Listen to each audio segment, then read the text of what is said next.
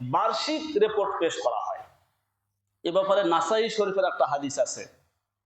হযরত Osama ইবনে যায়েদ রাদিয়াল্লাহু আনহু তিনি নবীজিকে জিজ্ঞাসা করলেন, ইয়া রাসূলুল্লাহ, লাম আরাকা তাসুমু শাহরা মিনাশ শুহুর মা তাসুমু ফি শাবান। হে আল্লাহর রাসূল, আপনাকে তো রমজানের পরে সবচেয়ে বেশি শাবান মাসে রোজা রাখতে আমরা দেখি। কোন মাসে ভাই? নবীজি রমজানের পরে সবচেয়ে বেশি রোজা রেখেছেন শাবান মাসে। কি কারণ এটা? নবীজি কারণ হিসাবে তুলে ধরলেন, ওয়াহুয়া শাহরুন তুরফাউল আমালু ইলা রাব্বিল আলামিন ফাউহিব্বু আন ইউরফা আমালি ওয়া আনা সাইমুন। নবীজি বলেন, এটা এমন একটা মাস যেই মাসে পুরো বছরের আমল আল্লাহর সামনে কি করা হয়? পেশ করা হয়। তো আমি বেশি বেশি রোজা রাখি এজন্য যে আমার আমলটা আল্লাহর দরবারে এমন অবস্থায় পেশ করা হোক যে আমি তখন রোজাদার, এটা আমার কাছে ভালো লাগে।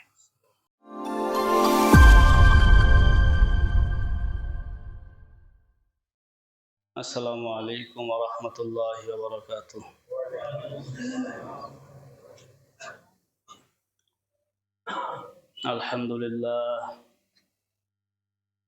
আলহামদুলিল্লাহ নাহমাদুহু ওয়া নাস্তাঈনুহু ওয়া নাস্তাগফিরুহু ওয়া নু'মিনু বিহি ওয়া নাতাওয়াক্কালু আলাইহি ওয়া নাউযু বিল্লাহি মিন শুরুরি আনফুসিনা ওয়া মিন সাইয়্যাতি আমালিনা।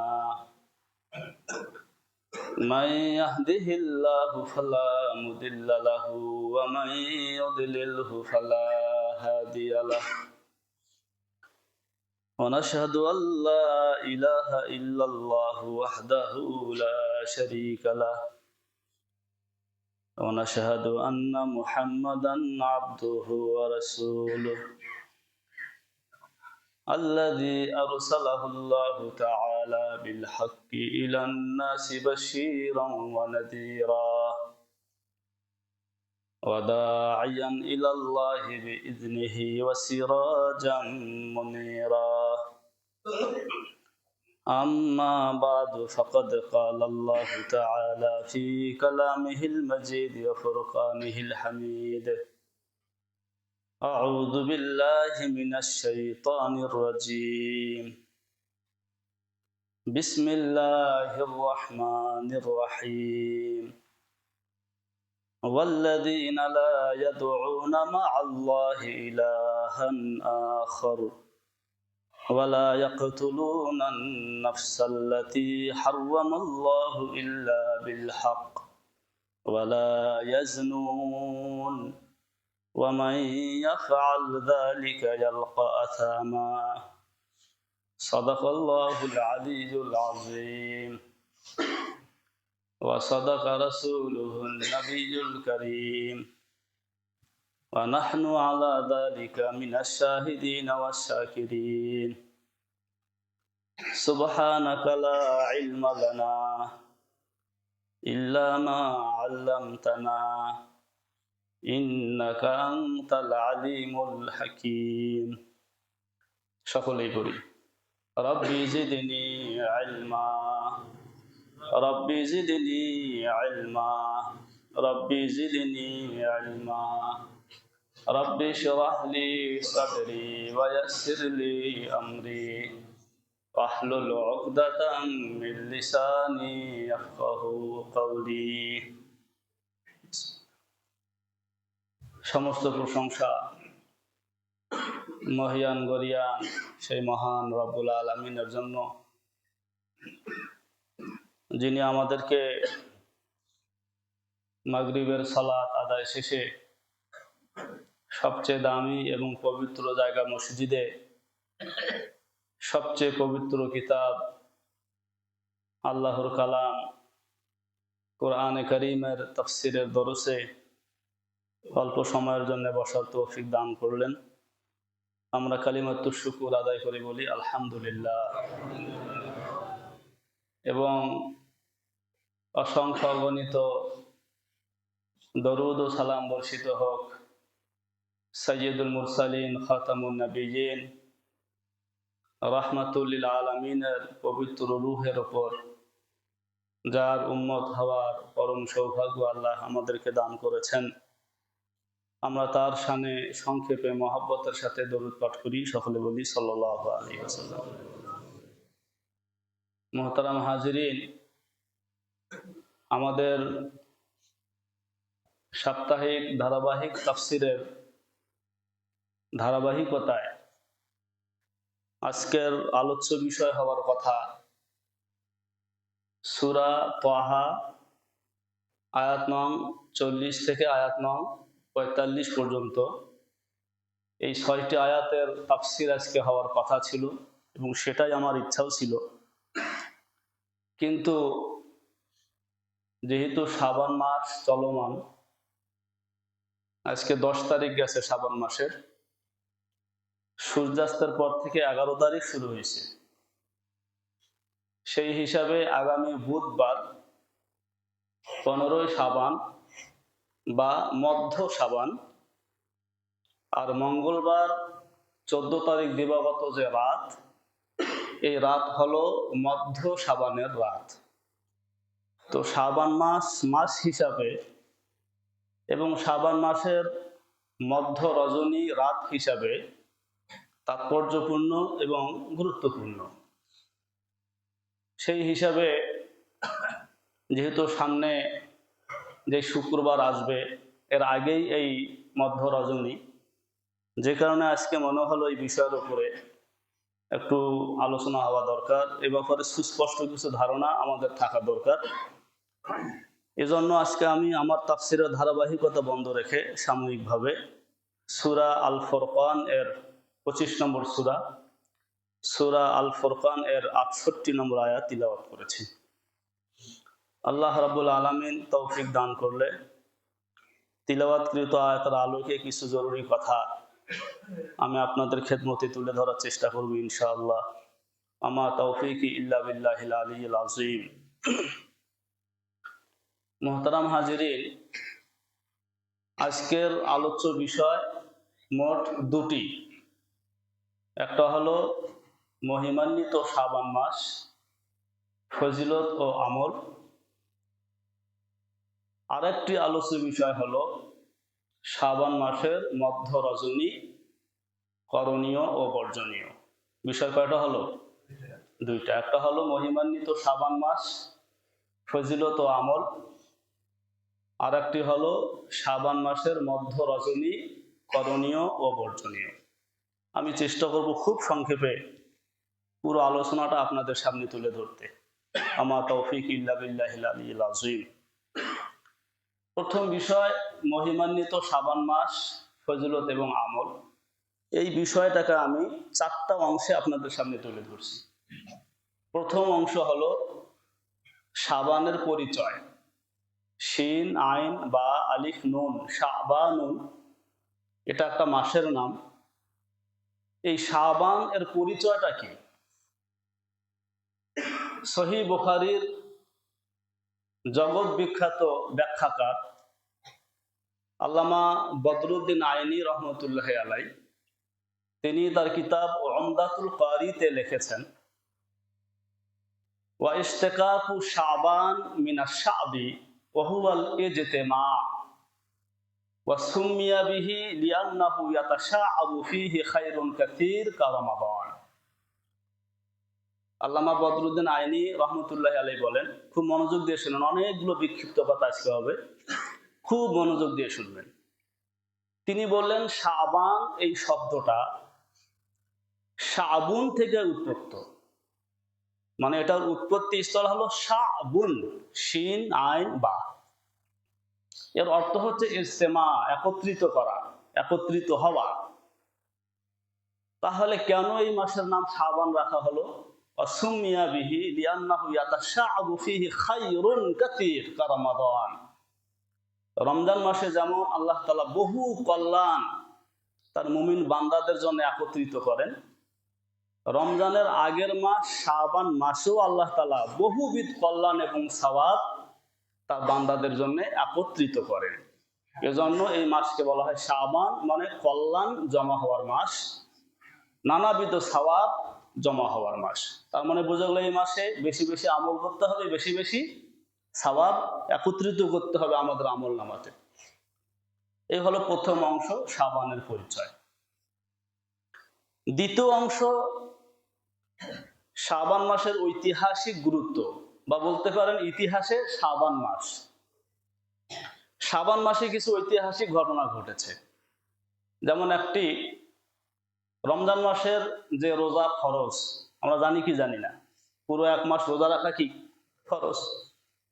রমজান মাসের এই রোজা ফরজ হয়েছে কবে? এই বেসিক কথাগুলো আমাদের জানা থাকা দরকার। ইমাম নববী রহমতুল্লাহ আলাই তিনি বলেন, ওয়াসাউমু রমাদান ফুরিজা ফি শাবান ফি সানাতি সানিয়া মিনাল হিজরাহ। দ্বিতীয় হিজরির শাবান মাসে রমজান মাসের রোজা ফরজ হয়েছে। তাহলে রমজান মাসের রোজা ফরজ হয়েছে কোন মাসে? সবাই বলেন, শাবান মাসে। কত হিজরিতে? দ্বিতীয় হিজরিতে। তাহলে যদি প্রশ্ন করা হয় রমজানের রোজা কখন ফরজ হয়েছে, উত্তর দ্বিতীয় হিজরির শাবান মাসে। বলেন সবাই, দ্বিতীয় হিজরির শাবান মাসে। একটা ফরজ এই মাসে আমাদের উপরে আল্লাহ তাআলা নাজিল করেছেন, একটা ফরজ বিধান আমরা এই মাসে পেয়েছি। এরপরে দেখেন আর একটা বিষয়, নবীজি সাল্লাল্লাহু আলাইহি ওয়াসাল্লাম যখন মক্কায় ছিলেন, মক্কা থেকে মদিনা উত্তরে, ফিলিস্তিন আরো উত্তরে। ফিলিস্তিনে আছে বাইতুল মাকদিস, মক্কায় আছে বাইতুল্লাহ। দুটোই গুরুত্বপূর্ণ মসজিদ। ইসলামের ইতিহাসে গুরুত্বপূর্ণ তিন মসজিদের দুইটা মসজিদ হলো, একটা বাইতুল্লাহ, আর একটা বাইতুল মাকদিস, আর একটা নাম মসজিদে নববী। সেটা পরবর্তীতে হয়েছে। তা নবীজি সাল্লাল্লাহু আলাইহি ওয়াসাল্লাম যখন মক্কায় ছিলেন, তিনি কাবা ঘরের দক্ষিণে গিয়ে উত্তর মুখ হয়ে সালাত আদায় করতেন। তাতে কি হতো? একে তো কাবা সামনে থাকতো, দ্বিতীয়ত কাবা বরাবর উত্তরে বাইতুল মাকদিস, ওইটাও নবীজির সামনে থাকতো। দোনোটা কেবলা নবীজির সামনে রেখে সালাত আদায় করতেন। কিন্তু যখন তিনি হিজরত করে মদিনায় গেলেন, তো মদিনাটা মাঝখানে, মদিনার দক্ষিণে মক্কা, মদিনার উত্তরে ফিলিস্তিন। এখন তিনি যদি কাবার দিকে মুখ করেন, বাইতুল মাকদিস পিছনে পড়ে, বাইতুল মাকদিসের দিকে মুখ করলে কাবা পিছনে পড়ে। দুইটাকে সামনে রাখা সম্ভব হচ্ছে না। আল্লাহ তাআলার নির্দেশ অনুযায়ী 16 থেকে 17 মাস তিনি বাইতুল মাকদিসের দিকে মুখ করে নামাজ পড়েছেন। কোন দিকে? নবীজি যদিও বাইতুল মাকদিসের দিকে মুখ করে সালাত আদায় করতেন, কিন্তু নবীজির দিলের তামান্না আর আশা ছিল বাইতুল্লাহকে সামনে রেখে সালাত আদায় করা। এই আশায় নবীজি বারবার আকাশের দিকে তাকাতেন, এই বুঝে ওহী আসবে আর নির্দেশ হবে যে বাইতুল্লাহকে সামনে রেখে সালাত আদায় করো। তো আল্লাহ তাআলা নবীজির এই অস্থিরতা, মনের এই তামান্নাটা তুলে ধরেছেন কোরআনে। কদ নারা তাকাল্লুবা ওয়াজহিকা ফিস সামা ফালানুওয়াল্লিয়ান্নাকা কিবলাতান তারদাহা। আল্লাহ তাআলা বলেন, আমি দেখতে পাচ্ছি যে তুমি বারবার আকাশের দিকে তাকাচ্ছ। ফালানুওয়াল্লিয়ান্নাকা কিবলাতান তারদাহা, যেদিকে কেবলা হওয়াটাকে তুমি পছন্দ করো, অচিরেই আমি তোমার কেবলা সেই দিকটাকে বানিয়ে দিব। এরপরে বলা হলো ফাওয়াল্লি ওয়াজহাকা শাতরাল মসজিদিল হারাম, এখন থেকে তুমি মসজিদে হারাম তথা বাইতুল্লাহর দিকে মুখ করে সালাত আদায় করো। তাহলে 16 কিংবা 17 মাস পরে এই যে কেবলার পরিবর্তন, বাইতুল মাকদিস এতদিন কেবলা ছিল, সেটা পরিবর্তিত হয়ে এখন বাইতুল্লাহ কেবলা। এই কেবলা পরিবর্তনের এই ঘটনাটাও ঘটেছে এই শাবান মাসে। কোন মাসে? দ্বিতীয় হিজরির শাবান মাসে। এটা শাবান মাসের একটা ঐতিহাসিক গুরুত্ব। ঠিক এমনি ভাবে শাবান মাসে গাজওয়ায়ে বনিল মুসতালিক সংঘটিত হয়েছিল। আম্মা জান আয়েশা সিদ্দিকার উপর মুনাফিক কর্তৃক তার ব্যাপারে অপবাদ দেওয়া হয়েছিল। আল্লাহ তাআলা কোরআন নাজিল করে, আয়াত নাজিল করে আম্মা জান আয়েশা সিদ্দিকার পবিত্রতা বর্ণনা করেছেন। এই ঘটনাটাও শাবান মাসে ঘটেছে। সব মিলে যে কথাটা আমি আপনাদেরকে বলতে চাই সেটা হলো, ঐতিহাসিক দিক থেকেও শাবান মাস গুরুত্বপূর্ণ মাস। শাবান মাসে রমজান মাসে রোজা ফরজ হয়েছে, শাবান মাসে কেবলা পরিবর্তন হয়েছে। আর কিছু মনে থাক না থাক, অন্তত এই দুইটা আপনারা কি রাখবেন, মনে রাখবেন। বলেন, কেবলা পরিবর্তন হয়েছে কোন মাসে? কত হিজরিতে? দ্বিতীয় হিজরিতে। রমজান মাসের রোজা ফরজ হয়েছে কোন মাসে? শাবান মাসে। কত হিজরিতে? এই দুটো আপনারা মনে রাখবেন। এবার আসুন 3 নম্বরে, শাবান মাসের ফজিলত। শাবান মাসের ফজিলত তো এই, নবীজি সাল্লাল্লাহু আলাইহি সাল্লাম বললেন, শাবান ও শাহরি ও রমাদান ও শাহরুল্লাহ, শাবান আমার মাস। তা নবীজি শাবানকে নিজের মাস হিসাবে অভিহিত করেছেন এবং বান্দার আমল রিপোর্ট আকারে আল্লাহ তাআলার দরবারে পেশ করা হয়। বান্দার আমল যে আল্লাহর দরবারে পেশ করা হয়, এটার 3টা ধাপ। ভাই মনে রাখবেন কথাগুলো। কয়টা ধাপ? প্রথম ধাপ হলো প্রতিদিনের আমল প্রতিদিন আল্লাহর দরবারে পেশ করা হয়। এ মর্মে সহিহ মুসলিমের একটা হাদিস আছে, ইয়াতাআকাবুনা ফীকুম মালাইকাতুম বিল-লাইল ওয়া মালাইকাতুম বিন-নাহার। আল্লাহর একদল ফেরেশতা দিনের বেলায় পাহারা দেয়, কে কি আমল করে সেগুলো দেখে, রিপোর্ট তৈরি করে। আর একদল ফেরেশতা রাতের বেলায় পাহারা দেয়। তো পালাক্রমে ফেরেশতারা আসতে থাকে, কেউ দিনে কেউ রাতে। ওয়াইজতামিউনা ফি সালাতিল ফজরি ওয়া সালাতিল আসরি। রাতের বেলায় ডিউটি শেষ করে একদল যায়, যারা দিনের বেলায় ডিউটি পালন করবে তারা আসে। এই যাওয়ার আশাটা হয় ফজরের নামাজের সময়। দিনের বেলায় ডিউটি শেষ করে একদল যায়, একদল আসে, এই যাওয়া আশাটা হয় আসরের নামাজের সময়। তাহলে পালা বদল হয় 2টা নামাজের সময়। সুম্মা ইয়ারুজুল লাযিনা বাতু ফীকুম। রাতের বেলায় যে ফেরেশতারা ডিউটি পালন করেছে, এরা যখন আল্লাহর কাছে যায়, তো ফায়াস আলুহুম রব্বুহুম, আল্লাহ তাআলা তাদেরকে জিজ্ঞাসা করে। আচ্ছা বলুন তো, তাদের কাছে জিজ্ঞাসা করে আল্লাহর কোনো কিছু জানার দরকার আছে? দরকার নাই, আল্লাহ তাআলা জানেন, কিন্তু আপনাকে আমাকে জানানোর জন্য জিজ্ঞাসা করছে। বলে, কাইফা তারাকতুম ইয়া ইবাদি, ফেরেশতারা তোমরা যে রাতের বেলায় ডিউটি পালন করে আসলে, তো আমার বান্দাদের কোন অবস্থায় দেখে আসলে, কি অবস্থায় দেখে আসলে? আল্লাহু আকবার। তারা তখন বলে, তারাকনাহুম ওয়া হুম ইউসাল্লুন ওয়া আতাইনাহুম ওয়া হুম ইউসাল্লুন। আল্লাহ কি বলবো, আপনার বান্দারা যখন তাদেরকে রেখে আসলাম দেখি তখনও সালাতে, যখন এসেছিলাম তখনও দেখি সালাতে। আর আসছে তো সালাতের আসরের নামাজের সময়, তো এক নামাজে গেছে, তো ফজরের নামাজের সময় আর এক নামাজে। কি আজীব জিনিস! আল্লাহ তাআলা মানুষের সালাতকে খুব বেশি পছন্দ করেন। ফেরেশতারা বান্দার সালাতের কথা আল্লাহকে বলবে, এটা আল্লাহর কাছে ভালো লাগে। তাহলে এই যে প্রতিদিনের আমল প্রতিদিন আল্লাহর দরবারে পেশ করা হয়, এটা হলো এক ধাপ। আর একটা হচ্ছে সাপ্তাহিক রিপোর্ট পেশ করা। হাদিসের মধ্যে এসেছে, মুসনাদুল বাজ্জারে এসেছে, ইন্না আমালা বানি আদামা তুরাজু কুল্লা খামিস লাইলাতাল জুমআ। বান্দার আমল সাপ্তাহিক রিপোর্ট আকারে বৃহস্পতিবার দিবাগত রাতে, মানে জুমার রাতে আল্লাহর কাছে পেশ করা হয়। তাহলে পুরো সপ্তাহের আমল পেশ করা হয় কোন রাতে? বৃহস্পতিবার রাতে। এই জন্য বৃহস্পতিবার রাতটা, মানে বৃহস্পতিবার দিবাগত রাত, মানে জুমার রাত, এই জুমার রাতের বিশেষ গুরুত্ব আছে। এই রাতটা আমলে থাকা উচিত। আপনার আমল আল্লাহর সামনে এমন অবস্থায় পেশ করা হোক যে আপনি কোনো ভালো কাজে আছেন। 3 নম্বর, বার্ষিক রিপোর্ট পেশ করা হয়। এ ব্যাপারে নাসাই শরীফের একটা হাদিস আছে। হযরত উসামা ইবনে যায়েদ রাদিয়াল্লাহু আনহু, তিনি নবীজিকে জিজ্ঞাসা করলেন, ইয়া রাসূলুল্লাহ, লাম আরাকা তাসুমু শাহরা মিনাশ শুহুর মা তাসুমু ফি শাবান।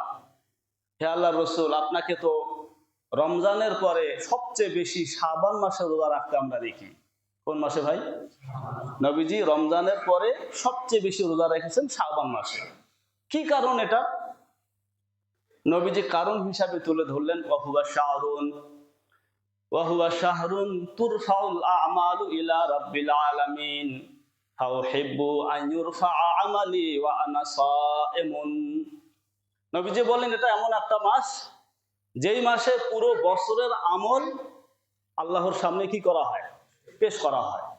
তো আমি বেশি বেশি রোজা রাখি এজন্য যে আমার আমলটা আল্লাহর দরবারে এমন অবস্থায় পেশ করা হোক যে আমি তখন রোজাদার, এটা আমার কাছে ভালো লাগে। এজন্য নবীজি শাবান মাসে বেশি বেশি রোজা রাখতেন। তাহলে শাবান মাসের ফজিলত এই যে আল্লাহ তাআলা পুরো বছরের বান্দার আমল রিপোর্ট আকারে এই শাবান মাসে আল্লাহর দরবারে কি করা হয়, পেশ করা হয়। হাদিসটা নাসাই শরীফে এসেছে। খুব সংক্ষেপ করছি আলোচনা।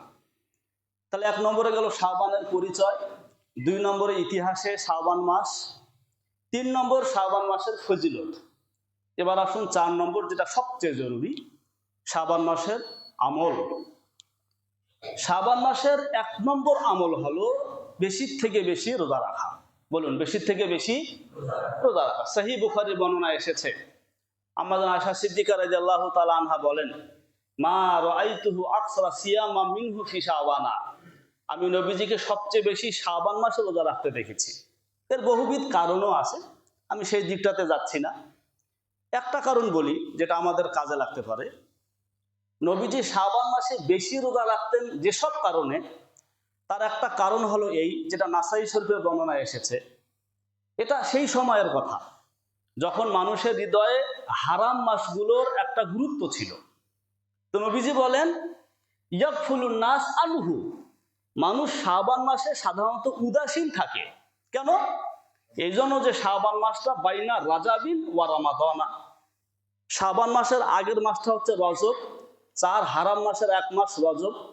কাজেই রজব মাসের ব্যাপারে মানুষ খুব সচেতন থাকে। শাবান মাসের পরের মাসটা রমজান, অবশ্যই সচেতন থাকে। মাঝখানে পড়ে গেল শাবান, উদাসীনতার মাস। আর নবীজি বললেন, যখন মানুষ উদাসীন থাকে আল্লাহর কোনো বিধানের ব্যাপারে, ওই সময় ইবাদত করলে ওটার গুরুত্ব এবং সওয়াব আল্লাহর কাছে অনেক বেশি। তাহলে সময় হিসাবে আল্লাহর বিধান পালনের জন্য যেই সময়টা অবহেলিত, বিধান হিসাবে যেই বিধানটা অবহেলিত কেউ পালন করছে না, যারা ওই বিধান পালন করে, ওই অবহেলিত সময় যখন সবাই গাফেল, ওই সময় যখন কেউ আমল করে, এটার স্পেশালি গুরুত্ব আল্লাহর কাছে বেড়ে যায়। এজন্য দেখেন, একটা হাদিসে এসেছে তিরমিজির বর্ণনায়, নবীজি বলেন, 3টা কাজ কেউ যদি করে আরামসে জান্নাতে প্রবেশ করবে। কটা কাজ? 3টা কাজ। আফসুস সালাম, বেশি বেশি সালামের প্রচার প্রসার। আতিমুত তাআম, মানুষকে বেশি বেশি খাবার খাওয়ানো, বিলানো, সম্পদ বিলানো। ওয়াসাল্লু ওয়ান নাসু নিয়াম, ঈশার নামাজ পড়ার পরে একটা পর্যায়ে গিয়ে সবাই ঘুমায় গেছে। পুরো পৃথিবী তখন একদম পিনপতন নীরবতা বিরাজ করছে, সবাই ঘুমে। ঠিক ওই অবস্থায় আপনি দাঁড়িয়ে ইবাদত এবং সালাত আদায় করবেন, অর্থাৎ তাহাজ্জুদের নামাজ আদায় করবেন। 1 নম্বরে বেশি বেশি সালামের প্রচার প্রসার করা। আপনি চেনেন না চেনেন, বড় ছোট, সালামের অপেক্ষায় না থেকে সালাম দেওয়া। আসসালামু আলাইকুম, ভাই বলেন আসসালামু আলাইকুম, আসসালামু আলাইকুম। ছোট, আসসালামু আলাইকুম। বড়, আসসালামু আলাইকুম। চেনেন, আসসালামু আলাইকুম। চেনেন না, আসসালাম। সন্তান বাড়িতে ঢুকবে, বাবা মাকে আসসালামু আলাইকুম। শুধু সালাম। ছোট বড়, চেনা অচেনার সাথে সালামের কোনো সম্পর্ক নেই। সালাম মানে কোনো মুমিনের সাথে দেখা হয়েছে মানেই সালাম। এই কাজটা যদি কেউ করে, খাবার যদি বিলায়, আল্লাহর জন্য কাউকে যদি খাওয়ায়, আর তাহাজ্জুদের সালাত যদি আদায় করে, নবীজি বলে, উদখুলুল জান্নাতা বিসালাম, শান্তির সাথে একবারে আরামসে উদখুলুল জান্নাহ, কোথায় ঢোকো? জান্নাতে ঢোকো। প্রশ্ন করতে পারেন, হুজুর এই 3টা কাজ করেই যদি জান্নাত পাওয়া যায়, বাকি কাজগুলো বাদ দেই? এটা প্রশ্নই না। কেন প্রশ্ন না? দেখেন, আমি ব্যাখ্যা করে একটু বলি খুব সংক্ষেপে। সালামের প্রচার প্রসার, একজন দাড়ি পাকা মুরব্বী, কয়েকবার হজ করেছে, শিক্ষিত, অর্থ সম্পদ সবকিছুই আছে। আচ্ছা বলুন, এরকম একজন ব্যক্তির পক্ষে একটা নিম্ন পরিবারের একটা অশিক্ষিত ছোট্ট একটা ছেলেকে সালাম দেওয়া, আচ্ছা বলেন তো, এটা কি খুব সহজ? হ্যাঁ? ওই লোকটার ভিতরে কি পরিমাণ আল্লাহর ভয় থাকলে আর বিনয়ী থাকলে সে ওই অখ্যাত পরিবারের একটা ছোট্ট ছেলেকে সালাম দিতে পারে। তার মানে একটা লোক মানুষকে বেশি বেশি সালাম দেওয়া, চেনা অচেনা ছোট বড় সবাইকে সালাম দেওয়া, এর অর্থ হচ্ছে ওই লোকটার হৃদয় পরিষ্কার ছাপ, তার ভিতরে বিনয়ী আছে, অহংকার নাই, বিদ্বেষ নাই, অহমিকা নাই, দাম্ভিকতা নাই। তার মানে বেশি বেশি সালামের অর্থ হচ্ছে অন্তর পরিষ্কার। বলেন কি পরিষ্কার? অন্তর পরিষ্কার। খানা খাওয়ানো, আমরা আমাদের দলীয় স্বার্থে, ব্যক্তি স্বার্থে, দুনিয়ার জন্য আমরা সম্পদ বিলেই। ভাই, কেবল আল্লাহর জন্য কাউকে ভালোবেসে তাকে খানা খাওয়ানো, তার পিছনে অর্থ ব্যয় করা, যদি আল্লাহর প্রেম ভালোবাসা কারো হৃদয়ে না থাকে, এটা সম্ভব না। কোন কৃপণ, কোন সংকীর্ণ মনা মানুষের পক্ষে কেবল আল্লাহর জন্য কাউকে খানা খাওয়ানো কিনা সম্ভব না। তাহলে আল্লাহর জন্য কাউকে খানা খাওয়ানো এর অর্থ তার মধ্যে কৃপণতা নাই, সে অর্থের যথাযথ ব্যবহার করছে। আর যে ব্যক্তি তাহাজ্জুদের সালাত আদায় করতে পারে, সে বুঝি ফজর, এশা, মাগরিব আর যোহরের ফরজ নামাজ বাদ দিবে? সম্ভব? এই তিনটা কাজ করলে বাকি কাজগুলো তার আরো ঠিক, এটা প্রমাণিত হবে। তো সে জান্নাতে যাবে না? তা কি কথা বুঝে আসছে কিনা? তাহলে উদাসীন মুহূর্তে ইবাদত, এটা আল্লাহর কাছে খুব বেশি প্রিয়। তো শাবান মাস যেহেতু উদাসীনতার মাস, সেই সময় এই জন্য নবীজি এই মাসে বেশি বেশি রোজা রাখতেন। তাহলে 1 নম্বর কাজ হলো শাবান মাসে বেশি বেশি রোজা রাখা। বলেন, শাবান মাসে বেশি বেশি রোজা রাখা। 2 নম্বর কাজ, যেটা আমরা রজব মাসে শুরু করেছিলাম, এই মাসে আরো জোরদার করা, আল্লাহুম্মা বারিক লানা ফি রাজাব ওয়া শাবান ওয়া বাল্লিগনা রমাদান। কারণ যতই দিন যাচ্ছে রমজান আমাদের কাছাকাছি আসছে, কাছাকাছি আসার পরে যেন আমি রমজানের বরাকাত থেকে বঞ্চিত না হই, দোয়া করা। তাহলে 2 নম্বর আমল হচ্ছে রমজান লাভের জন্য দোয়া করা। বলেন, রমজান লাভের জন্য দোয়া করা। 3 নম্বর আর একটা কাজ বলে এই প্রসঙ্গটা শেষ করে দিই। সেটা হলো শাবান মাসের 29 তারিখ অথবা 30 তারিখে চাঁদ দেখা, চাঁদ দেখার চেষ্টা করা। সহিহ বুখারীর বর্ণনায় এসেছে, আহসু হেলালা শাবান লি রমাদান, রমজান মাসের রোজা পালনের জন্য শাবানের চাঁদের গণনা করো। তাহলে শাবানের চাঁদের গণনা করার নির্দেশ রাসূল দিয়েছেন। এজন্য 29 তারিখে কিংবা 30 তারিখে চাঁদ দেখার চেষ্টা করা, এটা সুন্নত। আপনি যদি চাঁদ দেখতে পান তখন দোয়া করা। তিরমিজির হাদিসে এসেছে, আল্লাহুম্মা আহলিলহু আলাইনা বিল ইয়ুমনি ওয়াল ঈমান ওয়াস সালামাতি ওয়াল ইসলাম রব্বি ওয়া রাব্বুকাল্লাহ। মনে এটা মুখস্থ করে নেবেন, আল্লাহুম্মা আহলিলহু আলাইনা বিল ইয়ুমনি ওয়াল ঈমান ওয়াস সালামাতি ওয়াল ইসলাম রব্বি ওয়া রাব্বুকা আল্লাহ। আমারও রব, হে চাঁদ তোমারও রবকে, রব্বি ওয়া রাব্বুকাল্লাহ। তিরমিজির বর্ণনা, চাঁদ দেখলে এই দোয়াটা পড়া। তাহলে মোটামুটি প্রথম যে বিষয়টা ছিল শাবান মাস সম্পর্কে 4টা অংশে আমি আলোচনা করলাম। 1 নম্বরে শাবানের পরিচয়, 2 নম্বরে ইতিহাসে শাবান মাস, 3 নম্বরে শাবানের ফজিলত, 4 নম্বরে শাবানের আমল 3টা, রোজা, রমজান লাভের দোয়া করা এবং 29-30 কি করা, চাঁদ দেখার চেষ্টা করা। আসুন এবার আমরা দ্বিতীয় অংশে চলে যাই। সেটা হলো শাবানের মধ্য রজনী। খুব মনোযোগ দিয়ে শুনতে হবে, এই বিষয়টা আমি কয়েকটা অংশে আপনাদেরকে শোনাচ্ছি। প্রথম বিষয় হলো মধ্য শাবানের রাত এর পরিচয়।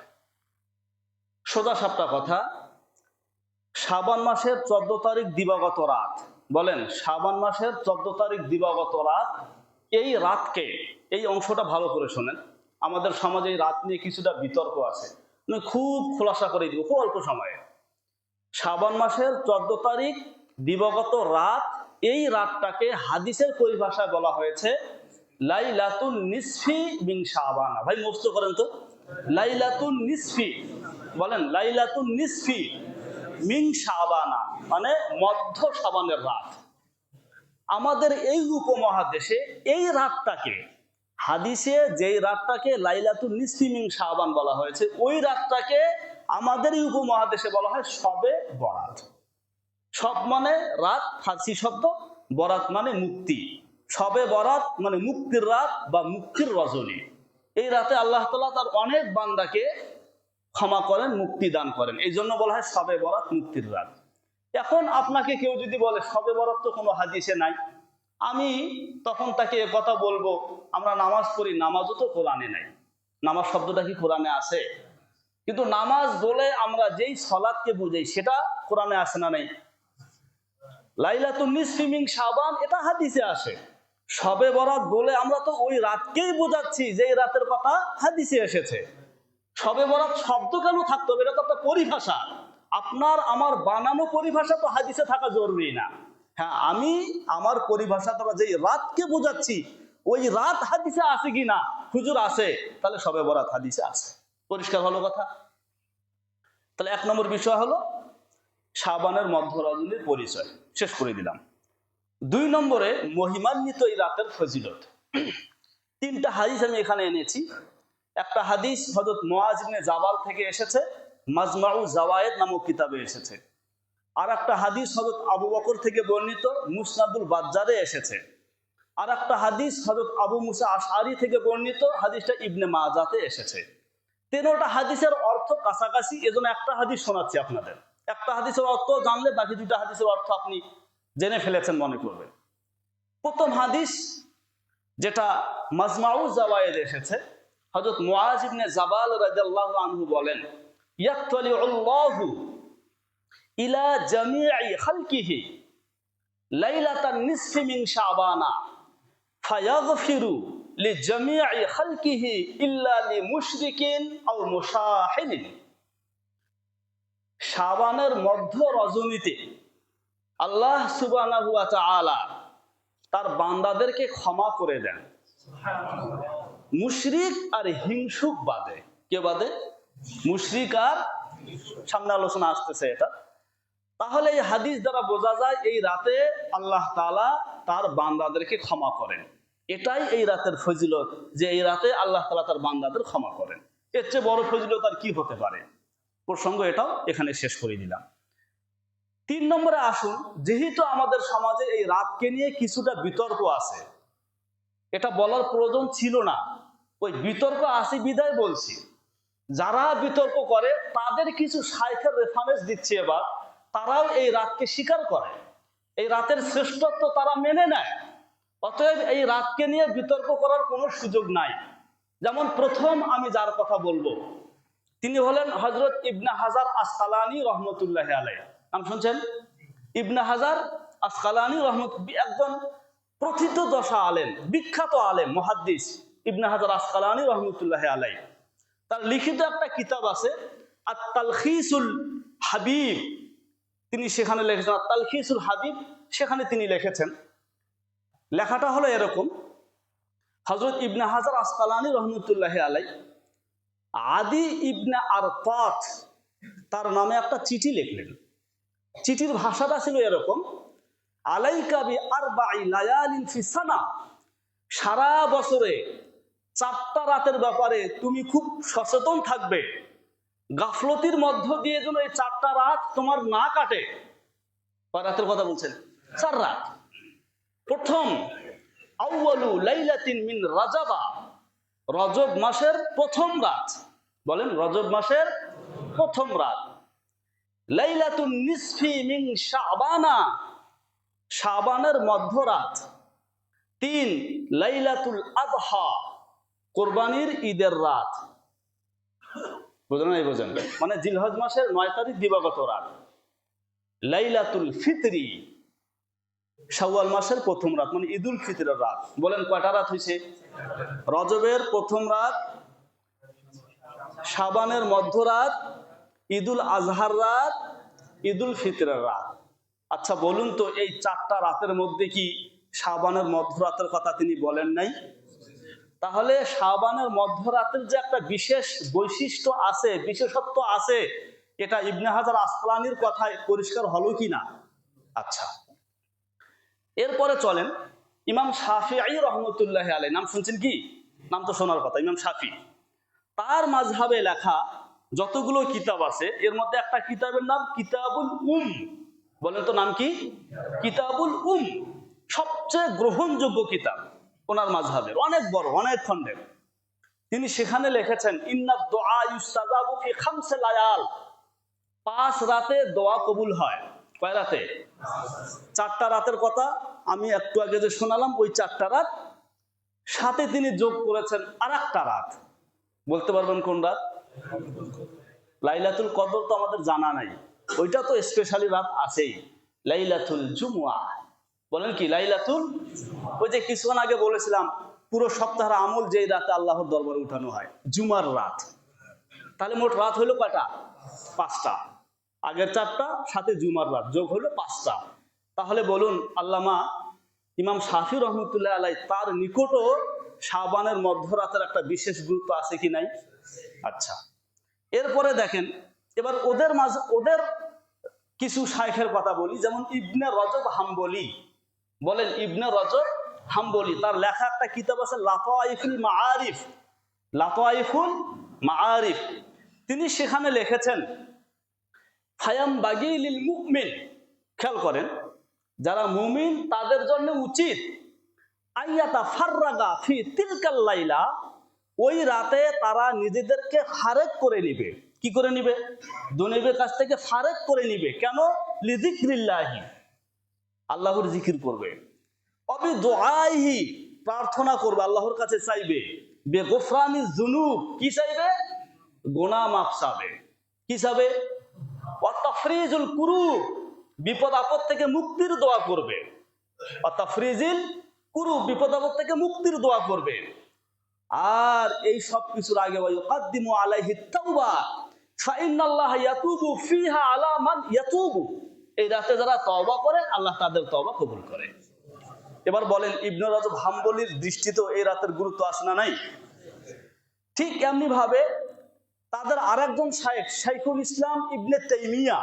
বলেন শাইখুল ইসলাম ইবনে তাইমিয়া, তিনি আল ফাতাওয়া আল কুবরা নামক কিতাবে লিখেছেন লাইলাতুন নিসফি মিন শাবান ফাফিহা ফজলুন, শাবানের মধ্যরাতের ফজিলত আছে। কি আছে?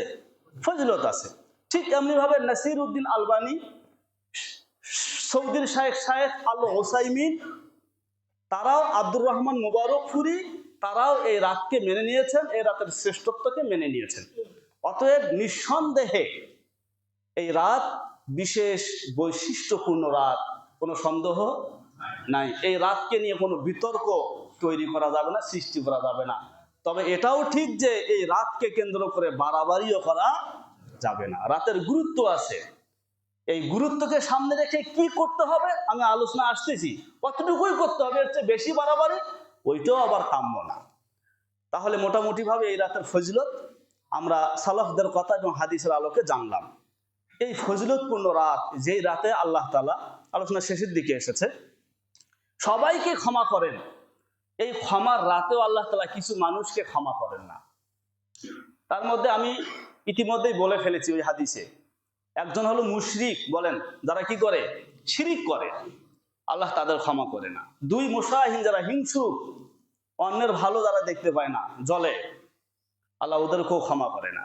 ঠিক এমনি ভাবে আব্দুল্লাহ ইবনে আমরের সনদে বর্ণিত রাদিয়াল্লাহু আনহু, মুসনাদ আহমদে হাদিসটা এসেছে, তিনি বলেন শাবানের মধ্যরাতে আল্লাহ তাআলা সবাইকে মাফ করেন, ইল্লালি মুশরিকিন, মুশরিককে মাফ করেন না, আও কাতিলে নাফসিন, হত্যাকারীকে মাফ করেন না। তাহলে আমরা এখানে আরো একটা শব্দ পাইলাম, যারা অন্যায়ভাবে কাউকে হত্যা করে, অন্যায়ভাবে কাউকে কি করে। এবার তাহলে সিরিয়াল ডান, 1 নম্বরে মুশরিক, বলেন 1 নম্বরে মুশরিক, 2 নম্বরে হিংসুক, 3 নম্বরে যারা অন্যায়ভাবে কাউকে কি করে, হত্যা করে। 4 নম্বর আরেকটা হাদিসে এসেছে আল্লাহ তাআলা এই রাতে, এই হাদিসটা সোয়াবুল ইমানে এসেছে, এই রাতে ঘোষণাকারীরা ঘোষণা দেয়, যে ঘোষণাকারী বলতে আল্লাহ তাআলা ঘোষণা দেন, যারা তোমাদের ক্ষমার দরকার ক্ষমা চাও, আমি ক্ষমা করব। রিজিকের অভাবে আসো, রিজিক চাও, আমি তোমাদেরকে রিজিক দেব। এভাবে বলতেই থাকেন। ইল্লা জানিয়াতুন বিফারজিহা, তবে যারা বেবিচার করেছে, নারী হোক পুরুষ হোক, আল্লাহ তাআলা তাদেরকেও মাফ করেন না। তাহলে বলেন এবার সিরিয়ালে আসলো কয়টা? 4টা। একটু বলেন। 1 নম্বরে মুশরিক, 2 নম্বরে হিংসুক, 3 নম্বরে যারা অন্যায়ভাবে কাউকে হত্যা করে, 4 নম্বরে যে সকল নারী পুরুষরা বেবিচারে লিপ্ত, এগুলোর ভয়ঙ্কর ভয়ঙ্কর শাস্তি আছে। ঠিক এমনি ভাবে যারা আত্মীয়তার সম্পর্ক ছিন্ন করে, কি আমাদের সমাজে এমন অনেক মানুষ আছে, মাসের পর মাস যায় কথা বলে না, যোগাযোগ বন্ধ, আছে না নাই? জমি নিয়ে বোনের সাথে কোন্দল, আছে না নাই? বৃহস্পতিবার দিবাগত রাত শুক্রবারে বান্দার যা আমল আল্লাহ তাআলা কবুল করেন, আল্লাহর সামনে যে পেশ করা হয়, যারা আত্মীয়তার সম্পর্ক ছিন্নকারী তাদের আমল কিন্তু আল্লাহ তাআলা কবুল করে না। এজন্য সে আপনার সাথে কেমন ব্যবহার করবে এটা দেখার দরকার নেই। আপনি আল্লাহর জন্যে, আল্লাহর নির্দেশ, এই জন্যে আপনি আপনার আত্মীয় স্বজনদের সাথে, পাড়া প্রতিবেশীদের সাথে সম্পর্ক ভালো রাখবেন। ব্যাকফিট সে কি দিল এটা দেখার দরকার না। আপনি সালাম দেন, আপনি আপনার জায়গা থেকে তার খোঁজখবর ইত্যাদি রাখেন। মদ পানকারী, গণক, আল্লাহ তাআলা এদেরকেও কি করে না, মাফ করে না। পিতামাতার অবদ্ধ সন্তান আল্লাহ তাদেরকেও কি করে না, মাফ করে না। আচ্ছা, এরপরে আসেন এই রাতের আমল কি। 5 নম্বর, 6 পর্যন্ত বলে শেষ করে দিব। 5 নম্বর এই রাতের আমল, মোটা দাগে এই রাতের 4টা আমল। বলেন মোটা দাগে এই রাতের কয়টা আমল? 1 নম্বর তওবা ইস্তেগফার করা। বলেন 1 নম্বর কি? দোয়া, তওবা ইস্তেগফার করা। 2 নম্বরে দীর্ঘ সময় ধরে সালাত আদায় করা। বলেন তো কি? এ মর্মে একটা হাদিস এসেছে শুআবুল ঈমানে, আম্মা জান আয়েশা সিদ্দিকা থেকে বর্ণিত। তিনি বলেন, আমি বাংলা অর্থটা আপনাদেরকে শোনাচ্ছি। নবীজি সাল্লাল্লাহু আলাইহি ওয়াসাল্লাম একদা রাতে সালাতে দাঁড়ালেন, দীর্ঘ সময় ধরে সালাত আদায় করলেন। ফাআতালা সুজুদা, সিজদাও অনেক লম্বা করলেন। আম্মা জান আয়েশা সিদ্দিকা বলতেছেন, হাত্তা জানান্তু আন্নাহু কাদ কুবিজা, আমার আশঙ্কা হলো, মনে হলো নবীজি বুঝি কুবিজা, মরে গেছেন। দেখুন, আম্মা জান আয়েশা সিদ্দিকা কিন্তু নবীজির নামাজ দেখে দেখে অভ্যস্ত। নবীজি নামাজে দাঁড়ালে পা ফুলে যেত, এটা আপনারা জানেন না? লম্বা সময় সূরা বাকারা, সূরা আলে ইমরান, সূরা নিসা, 4 রাকাত এরকম বড় বড় 4 সূরা পড়তেন। তো যিনি নবীজির সব সময় এরকম দীর্ঘ সালাত দেখে অভ্যস্ত, তিনি পর্যন্ত ভয় পেয়ে গেলেন, মনে হয় নবীজি মরে গেছেন। তাহলে এবার অনুমান করেন নবীজির এই সালাত কত লম্বা ছিল। তো আম্মা জান আয়েশা সিদ্দিকা বলে, কুনতু ফাহাররাতু ইবহামাহু, আমি নবীজির কাছে গিয়ে পায়ের বৃদ্ধাঙ্গুল একটু নাড়া দিলাম। তো দেখি নবীজি ফাতাহাররাকা, আঙ্গুল নড়ালেন। বোঝা গেল নবীজি কি আছেন? জীবিত আছেন। তো ফারাজা, তো আমি ফিরে আসলাম আমার জায়গায়। নবীজি সিজদা থেকে মাথা উঠালেন, নামাজ থেকে ফারেক হলেন। বললেন আয়েশা সিদ্দিকা, আর এক বর্ণনা এসেছে, ইয়া হুমায়রা, কি ব্যাপার, কি ঘটনা, তুমি কি মনে করছো রাসূল তোমার প্রতি জুলুম করবে? আম্মা জান বলেন, লা ওয়াল্লাহি ইয়া রাসূলুল্লাহ, না আমি সেটা মনে করি না। ওয়ালাকিন্নী জানান্তু আন্নাকা কাদ কুবিস্তা লিথুলি সুজুদিক, আমার ভয় হলো আপনি এত লম্বা সময় ধরে সিজদায় পড়ে আছেন, মনে হয় আপনি মরেই গেছেন। এজন্য আমি আপনার পায়ে একটু কি করলাম, নাড়া দিলাম। এবার নবীজি বলেন, আয়েশা আতাদরিন আইয়ু লাইলাতিন হাযিহি, জানো এটা কোন রাত? আম্মা জান বলেন, আল্লাহু ওয়া রাসূলুহু আলাম, আপনি এবং আপনার রব ভালো জানেন। এবার নবীজি বলে, হাযিহি লাইলাতুন নিসফি মিন শাবান, এটা হলো শাবানের মধ্যরাত। ইন্নাল্লাহা ইয়ানজিলু ফিহি, এই রাতে আল্লাহ তাআলা প্রথম আসমানে নেমে আসেন। ফায়াগফিরু লিল মুস্তাগফিরিন ওয়া ইয়ারহামু লিল মুস্তারহিমিন, যারা ক্ষমা চায় তাদেরকে ক্ষমা করেন, যারা আল্লাহর কাছে রহম ভিক্ষা চায় আল্লাহ তাদেরকে রহম করেন। এই হচ্ছে হাদিসটা। এবার দেখেন এই হাদিস থেকে পরিষ্কার হলো 2টা বিষয়, যেটা আমি আপনাদেরকে শোনালাম। 1 নম্বরে তওবা ইস্তেগফার। এই হাদিসে কি বলা হলো? যারা ক্ষমা চায় আল্লাহ তাদেরকে কি করেন? তাহলে বুঝা গেল এই রাত ক্ষমা চাওয়ার রাত। আর একটা কি, নবীজি এত লম্বা সিজদা করেছেন, সালাত আদায় করেছেন, আম্মা জান আয়েশা সিদ্দিকা ভয় পেয়ে গেছেন। তাহলে বুঝা গেল এই রাতে আর একটা কাজ হলো লম্বা সালাত। বলেন কি সালাত? আমরা সালাতুত তাসবিহ আদায় করতে পারি। কি? সালাতুত তাসবিহ, লম্বা সময় ধরে। তাহলে 1 নম্বর কাজ জিকির আজকার করা, তওবা ইস্তেগফার করা, মনে রাখবেন এই রাতকে কেন্দ্র করে। 2 নম্বরে দীর্ঘ সময় ধরে সালাত আদায় করা। 3 নম্বর কাজ হলো সম্ভব হলে কবর জিয়ারত করা। বলেন সম্ভব হলে কি করা? কবর জিয়ারত করা। এই মর্মে একটা হাদিস তিরমিজি শরীফে এসেছে, আম্মা জান আয়েশা সিদ্দিকা থেকে বর্ণিত।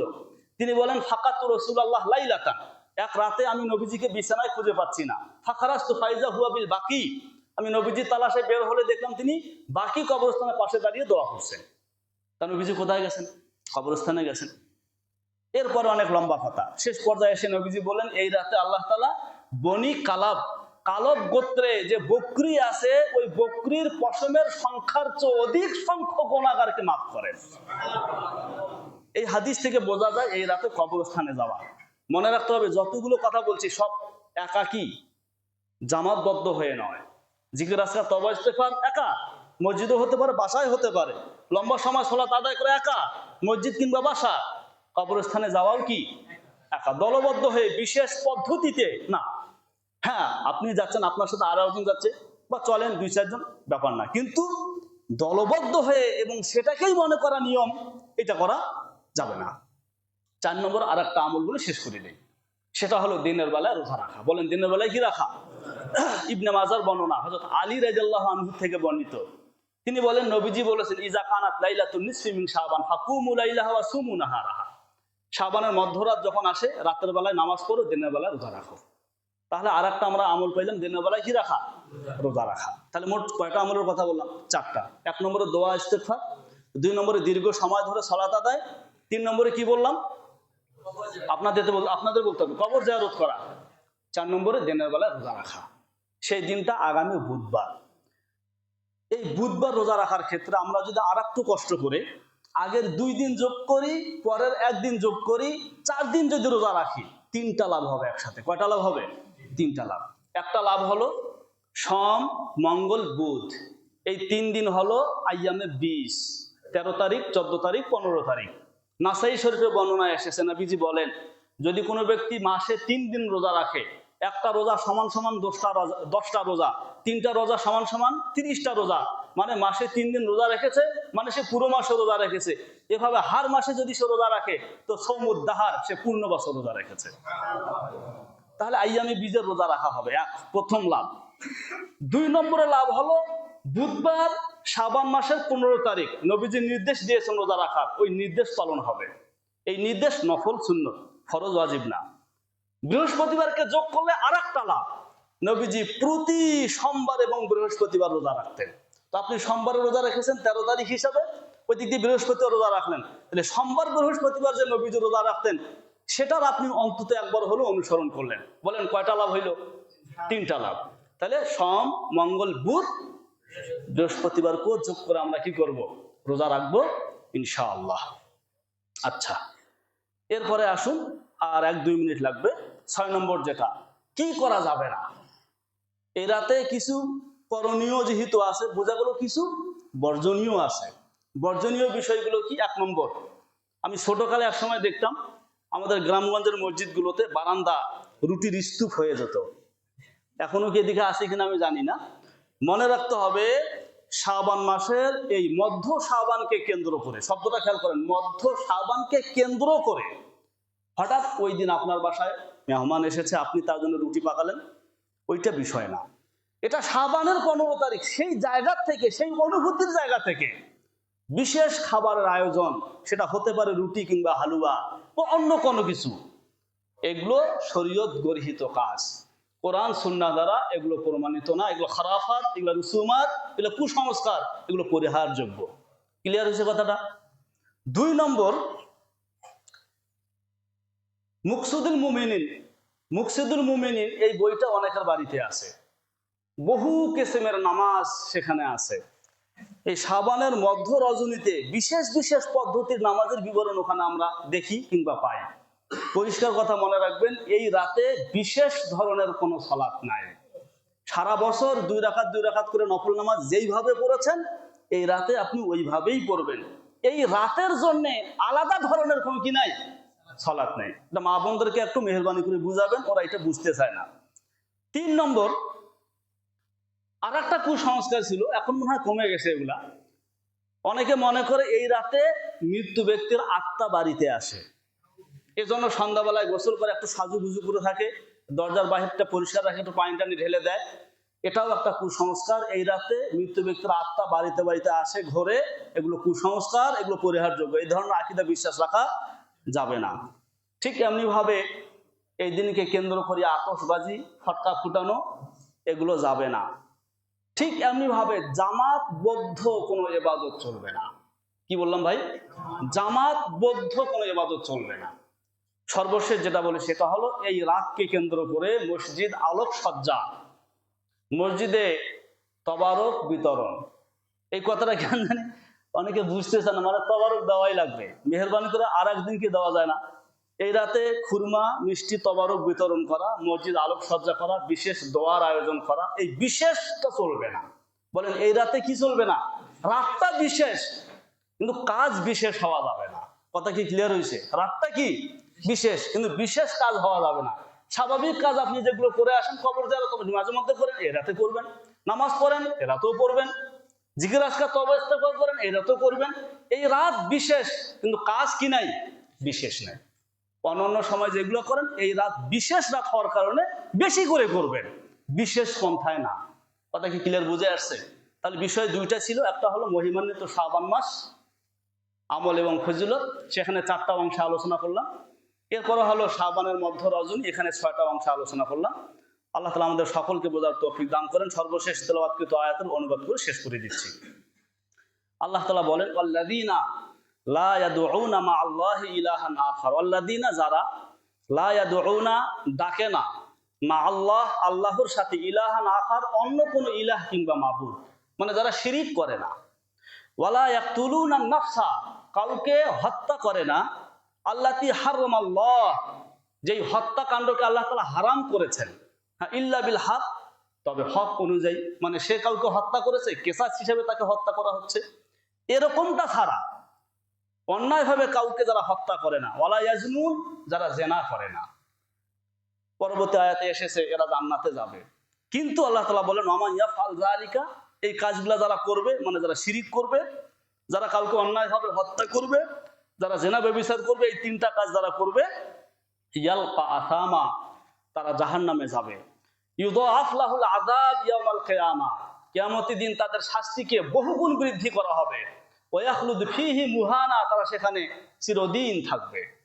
কাফের মুশরিক হলে তো চিরদিন, আর যদি মুমিন হয় আর এই কাজগুলো করে তাহলে এখানে চিরদিন বলতে লম্বা সময়, আল্লাহ তাকে লম্বা সময় সেখানে রাখবেন। তবে ইল্লা মান তাবা ওয়া আমানা ওয়া আমিলা আমালান সালিহা, তবার রাস্তা তো খোলা। এই সব কাজ করার পরেও যদি কেউ ঈমান আনে, আমলে সালেহ করে আর তওবা করে, ফাউলাইকা ইউবাদদিলুল্লাহু সাইয়্যাতিহিম হাসানাত, আল্লাহ তাআলা তাদের জীবনের এই গুনাহগুলো শুধু মাফ করবেন এই কথা বলেন নাই, গুনাহগুলোকে সওয়াব দ্বারা পাল্টে দিবেন। ইউবাদদিলুল্লাহ, আল্লাহ তাআলা বদলে দিবেন, সাইয়্যাত তাদের গুনাহগুলোকে, বিল হাসানাত কি দিয়ে, নেকি দিয়ে। ওয়া কানা আল্লাহু গফুরার রহিমা, আর আল্লাহ তো গফুর এবং আল্লাহ রহিম, দয়াশীল।